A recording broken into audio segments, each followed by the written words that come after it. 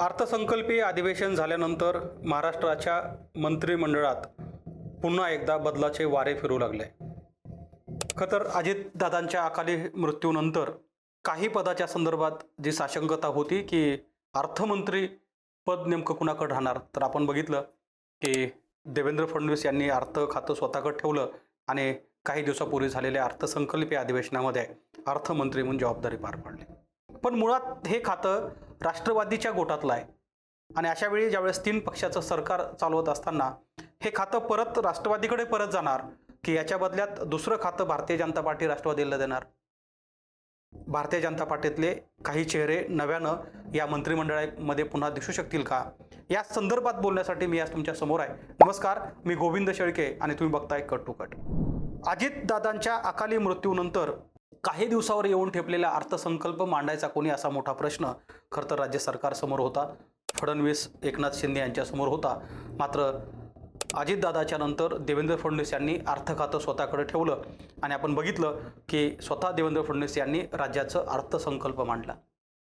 खरं तर याच काळामध्ये अजित पवारांकडं जेवढं खाती होती ती सगळी जशाच तशी सुनेत्रा पवार यांना देण्यासाठी देवेंद्र फडणवीस प्रयत्नशील होते, किंबहुना भारतीय जनता पार्टी प्रयत्नशील होती आणि घडलं सुद्धा तसंच. अपवाद फक्त अर्थ खात्याचा होता, कारण सुनेत्रा पवार यांना लगेच अर्थसंकल्प मांडणं शक्य नव्हतं आणि म्हणून भारतीय जनता पार्टीने ते खातं स्वतःकडे ठेवलं. पण हे होत असताना बीडचं पालकमंत्रीपद असेल, पुण्यातलं पालकमंत्रीपद असेल, इतर काही खाते असतील जी अजित पवारांकडे होती, ती अजित पवारांची खाती जशाच तशी सुनेत्रा पवार यांच्याकडे ठेवण्यात आली.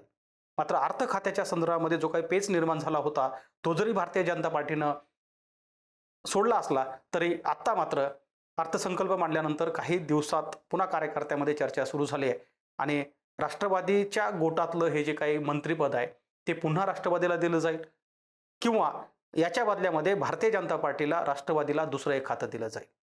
काय होतंय, काय होणार आहे या संदर्भात खरं तर जी चर्चा राजकीय गोटात होती ती अशी आहे की सुनेत्रा पवार यांच्याकडे जे काही खाती आहेत त्यामध्ये आणखी एक खातं ॲड होऊ शकतं आणि ते भारतीय जनता पार्टीकडचं मोठं खातं असू शकतं. कारण जर हे अर्थ खातं देवेंद्र फडणवीस यांनी असंच कायम त्यांच्याकडे ठेवलं तर मग मात्र भारतीय जनता पार्टीच्या ताब्यात असलेलं महसूल खातं हे राष्ट्रवादीला देण्यात यावं अशी मागणी मागच्या काही दिवसापासून राष्ट्रवादीच्या नेत्याकडून होत आहे. आणि म्हणूनच पुढच्या काही दिवसामध्ये म्हणजे 5 राज्याच्या निवडणुकाचा निकाल लागल्यानंतर राज्यात आत्ता ज्या काही 9 जागेवरती विधान परिषदेची निवडणूक प्रक्रिया सुरू आहे ती पूर्ण झाल्यानंतर राज्याच्या मंत्रिमंडळामध्ये मोठे फेरबदल होऊ शकतात आणि खात्यामध्ये सुद्धा. आणि त्यावेळी असं होऊ शकतं की सुनेत्रा पवार यांच्याकडे महसूल खातं दिलं जाऊ शकतं. आपल्याला माहित आहे की राज्यातील प्रशासनावर जर पकड हवी असेल तर महसूल खातं हे फार महत्त्वाचं खातं आहे आणि ते खातं भारतीय जनता पार्टीकडे आहे. चंद्रशेखर बावनकुळे हे महसूल मंत्री म्हणून सध्या काम बघतायत. मात्र जर अर्थ खातं हे जर फडणवीसांकडे कायम राहिलं तर मग मात्र चंद्रशेखर बावनकुळे यांच्याकडून महसूल खातं काढलं जाईल आणि ते खातं सुनेत्रा पवार यांना दिलं जाईल. अर्थात त्या खात्याचे मंत्री त्या स्वतः असतील की त्यांच्या पक्षातील इतर कोणी हे सांगणं जरी आता शक्य नसलं तरी मात्र एका खात्याच्या बदल्यात दुसरं खातं हे भारतीय जनता पार्टीला द्यावं लागणार आहे. चंद्रशेखर बावनकुळे यांनी मागच्या 1 वर्षामध्ये आपण बघतोय की खूप चांगल्या पद्धतीनं महसूल खातं सांभाळाय. चंद्रशेखर बावनकुळे यांना पुन्हा एकदा देवेंद्र फडणवीस यांच्या ताब्यात असलेलं ऊर्जा खातं मिळू शकतं. कारण 2014 ते 19 या काळात देवेंद्र फडणवीस यांच्या मंत्रिमंडळामध्ये ऊर्जा मंत्री म्हणून चंद्रशेखर बावनकुळे यांनी चांगलं काम बघितलं होतं आणि पुन्हा त्या खात्याची जबाबदारी चंद्रशेखर बावनकुळे यांच्यावर येऊ शकते. अर्थात या शक्यता आहेत. आपल्याला माहिती आहे की राजकारण हे शक्यतेवर आधारलेलं असतं आणि त्यामुळं म्हणून नेमकं मंत्रिमंडळामध्ये काय फेरबदल होतील किंवा कुठले खाते कुणाकडे जातील या संदर्भात बोलण्यासाठी आज मी तुमच्या समोर आहे. आणि हे सांगत असताना आणखी 2 नावाची चर्चा खरं तर मागच्या 1.5-2 महिन्यापासून होते. भारतीय जनता पार्टीमधले 2 नावं ज्या नावाभोवती संघटन आणि एकूण राजकारण फिरताना पाहायला मिळत आहे त्या 2 नावामधलं सगळ्यात मोठं नाव भारतीय जनता पार्टीचे प्रदेशाध्यक्ष रवींद्र चव्हाण. रवींद्र चव्हाण हे यापूर्वी देवेंद्र फडणवीस यांच्या मंत्रिमंडळामध्ये सार्वजनिक बांधकाम मंत्री म्हणून काम बघत होते. मात्र त्या मंत्रिपदाचा यशस्वी कार्यकाळ त्यांनी पूर्ण केल्यानंतर त्यांच्यावर भारतीय जनता पार्टीचं प्रदेशाध्यक्षपद देण्यात आलं आणि मुंबई महानगरपालिकेसह राज्यातल्या नगरपालिका, नगरपंचायत आणि महानगरपालिकेच्या निवडणुका ज्या भारतीय जनता पार्टीने लढवल्या त्या अर्थात रवींद्र चव्हाण यांच्या नेतृत्वाखाली. आणि आपल्याला माहित आहे की मुंबई महापालिकेसह राज्यातल्या मोठ्या महापालिका आज भारतीय जनता पार्टीच्या ताब्यात आल्यात आणि यासोबत नगरपालिका आणि नगरपंचायत सुद्धा स्थानिक स्वराज्य संस्थेमध्ये सुद्धा भारतीय जनता पार्टीनं खूप चांगली कामगिरी रवींद्र चव्हाण यांच्या नेतृत्वाखाली केलेली आहे. आता पुढचे 3 ते 3.5 वर्ष महाराष्ट्रामध्ये कोणत्याही मोठ्या निवडणुका नाही आहेत.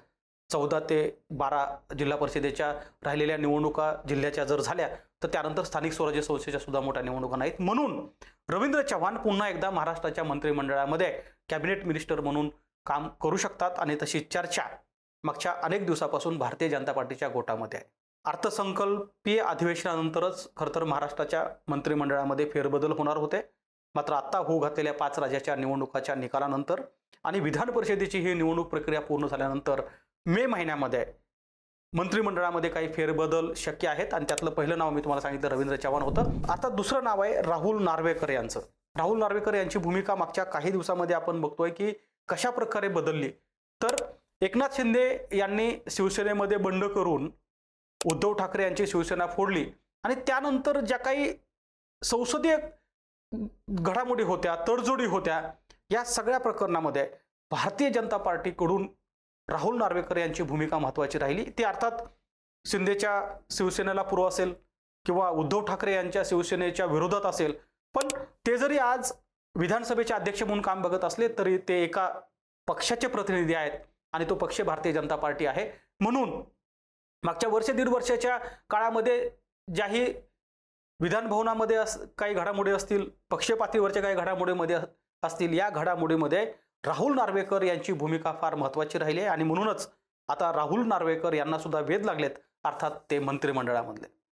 रवींद्र चव्हाण यांच्याबरोबरच भविष्यात म्हणजे अगदी मे महिन्यामध्ये होऊ घातलेल्या या मंत्रिमंडळाच्या पुनर्रचनेमध्ये कदाचित राहुल नार्वेकर यांचा नंबर असू शकतो आणि राहुल नार्वेकर हे आपल्याला कॅबिनेट मिनिस्टर म्हणून महाराष्ट्राच्या मंत्रिमंडळात देऊ शकतात.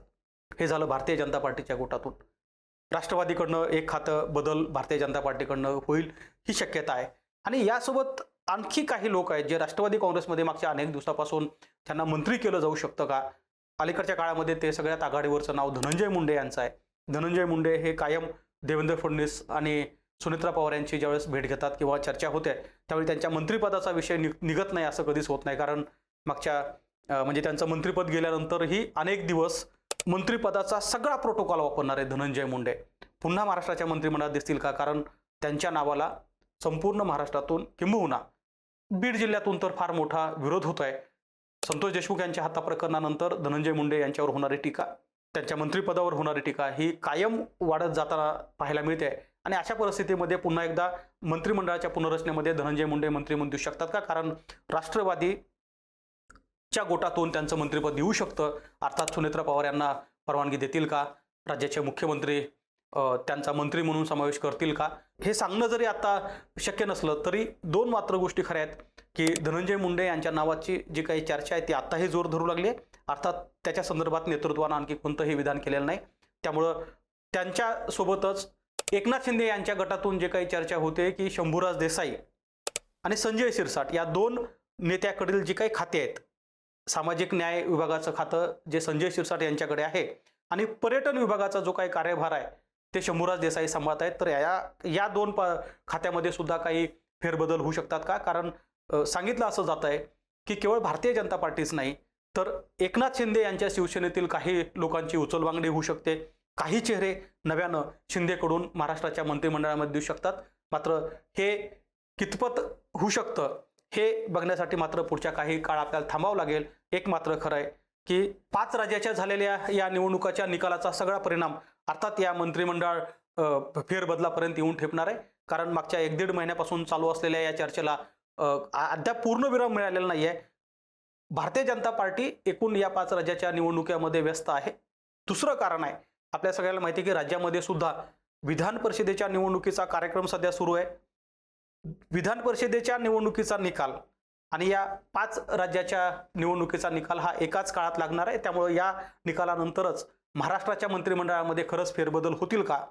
राष्ट्रवादीचं जे अर्थ खातं आहे ते फडणवीसांकडे आहे, ते फडणवीस परत देतील की महसूल खातं हे राष्ट्रवादीला मिळेल. महाराष्ट्राच्या मंत्रिमंडळामध्ये कोणते नवे चेहरे हे मंत्रिमंडळात परत येऊ शकतात हे बघण्यासाठी मात्र आपल्याला पुढल्या महिन्याभराची वाट बघावी लागणार आहे. धन्यवाद.